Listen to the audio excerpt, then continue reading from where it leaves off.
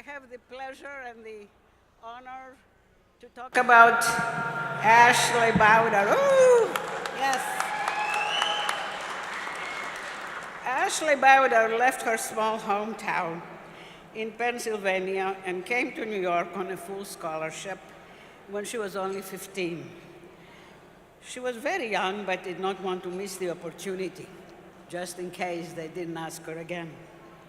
At only 16, she was a member of the New York City Ballet Corps, and at 21, a principal dancer, which is an enormous achievement. Today, at 35, she's at the top of her game. Ashley is sought after worldwide for her artistry, her amazing, powerful speed, and her impeccable technique. She's an artist who is always moving forward. Ashley mentors and teaches, and she's also a part-time student who is determined to get a degree in political science, even if she can only take one course at a time because of her demanding schedule. The Ashley Bouder Project is a dream come true for her. Established in 2014, it is a collaborative effort which supports, encourages, and showcases women choreographers and women composers who are seriously underrepresented in the dance world. She is passionate about this project. Ashley Bouder is not just a great dancer. She's a dancer with a mission. The BMCC Foundation congratulates Ashley. Where are you? She's coming up? No, after the film. The BMCC Foundation congratulates you on your achievements and thanks you for your inspiring presence this evening. You are a great role model for our students. And now, the film.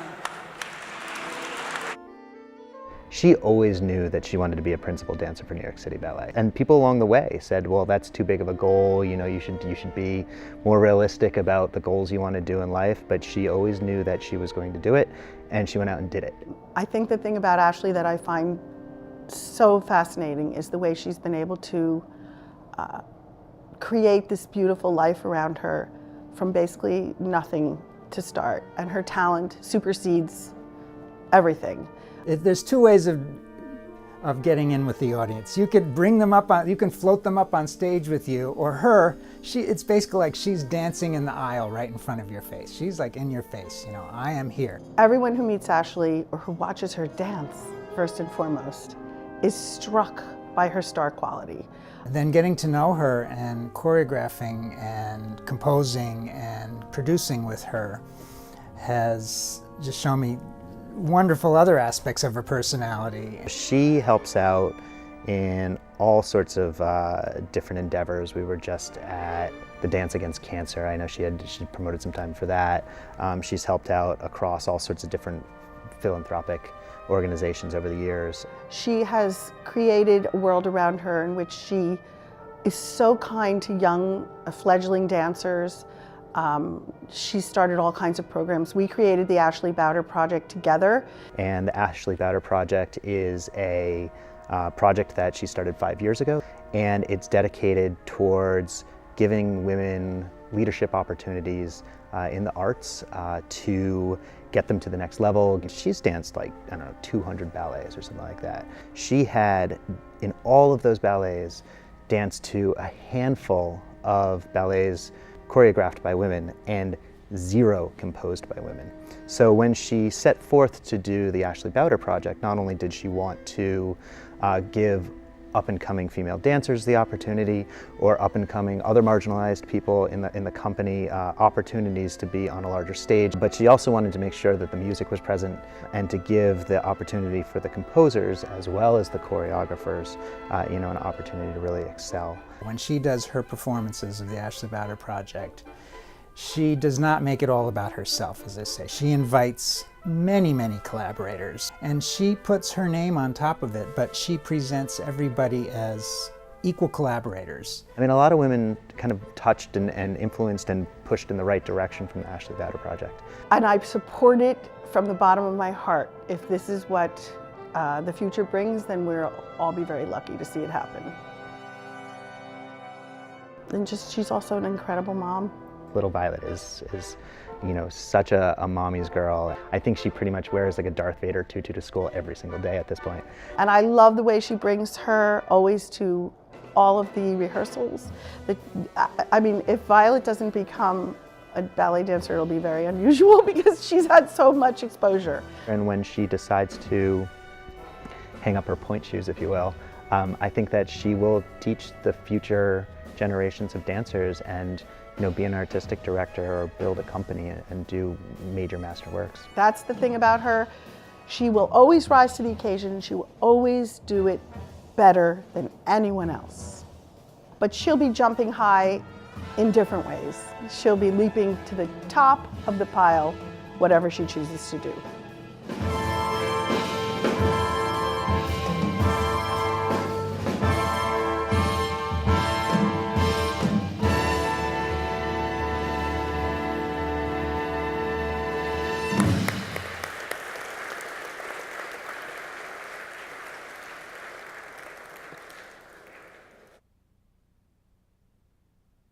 Ashley, it's my great honor to present you with BMCC's Award of Excellence to Ashley Bouder. With profound recognition for your artistic talent and your achievements as an internationally acclaimed, award-winning principal dancer, and with admiration for your pace-setting leadership in advancing the prominence of women in the world of dance. Thank you so much. Oh, let me hold it, I'll hold it. Yeah. That was a very dramatic video. I'm not really used to talking. I can give you a perfect swan arm, but you'll have to bear with me. I did grow up in a really small town in Pennsylvania. My mom did not go to college. My dad didn't graduate high school. He enlisted in the Marines and went to Vietnam instead. Came back and was a truck driver.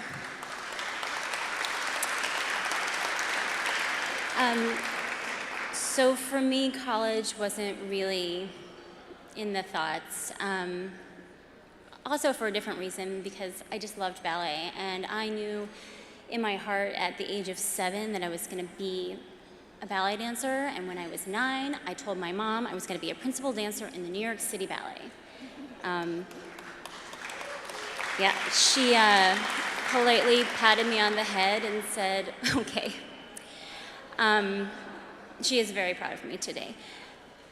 I wouldn't, because this is a scholarship gala, this means a lot to me because I wouldn't be here if it wasn't for scholarships. When I was young, my parents didn't have any money. We often couldn't afford my ballet lessons. We couldn't afford my point shoes, which cost $50 a pair back then. Today they cost $100. My tuition was often waived at my ballet school. I was often made to take extra lessons, which I didn't like then, but found out they were actually free private lessons that all the other kids were paying a lot of money for. Sometimes my teacher, who you saw a picture of me with, who just passed away about a month ago, would hand me a check for $50 because my point shoes looked really bad. Yeah. So when it came time to come to New York, when I thought I was ready, actually, by the way, I should tell a funny story. In 7th grade, we had a career day, and you had to take a survey or something, and I was matched up to be a trash collector.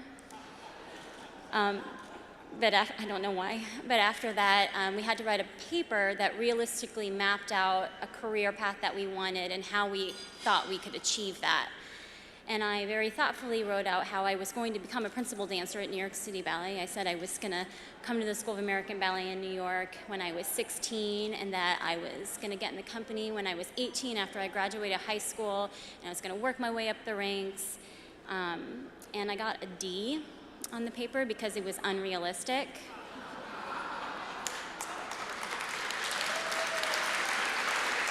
But I actually superseded that because I auditioned when I was 15 for the School of American Ballet summer program, and when I registered, I went in and I said, I can't come unless you give me everything. I need room and board and tuition and everything, otherwise my mom won't let me come. When I walked out of the audition class, I heard these like footsteps following me, and it was the teacher, and she said, "What do you need? Because you're coming." Needless to say, I came for the summer. I got a full scholarship for the year program, and when I was 15 years old, and at the end of that school year, I was invited to join the New York City Ballet when I was just 16.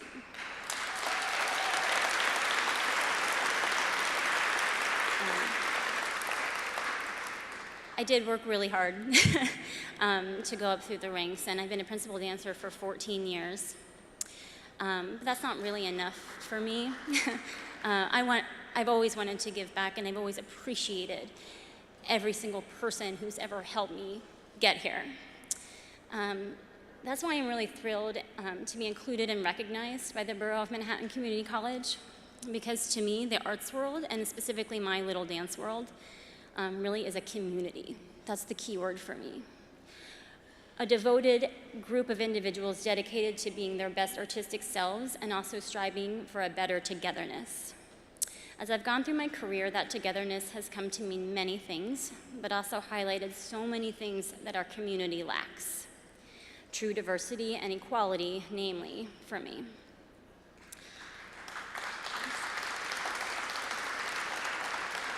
So I come from the ballet world.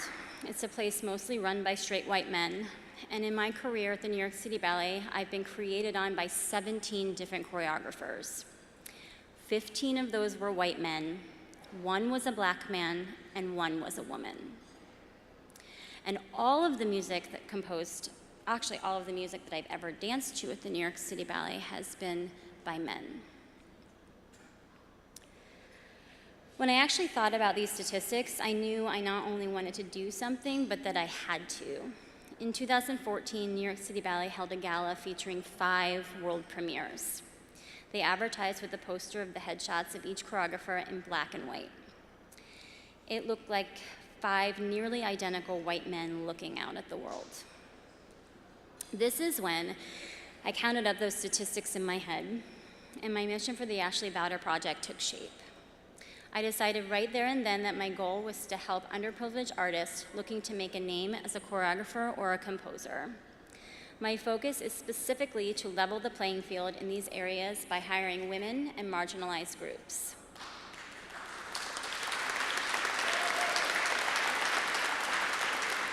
I pair artists together for true collaboration by commissioning choreography, musical compositions, costume designs, and lighting designs. The results have been amazing and have emboldened me to keep going and to keep thinking bigger. My company has had 2 sold-out seasons at the Joyce in Chelsea and performed in cities in the US and Canada. My goal through these performances is to be a major stepping stone in young, talented artists' careers to the main stages of the dance world. Next year, I take my company to Japan. I will not stop my mission until I see true diversity and equality on stage and I can read it in my program. I want to watch, really. I want to watch dance from everyone and anyone's perspective, and I want to hear music written that way too. Thank you again for this honor. This makes me feel very proud of my work and excited to continue on this progressive road. Thank you, BMCC, and thank you to the many that have supported me in this journey, namely Joanna Fisher, Ron Wasserman, my husband, Peter DeFlorio, and my new friend, Elizabeth Butson.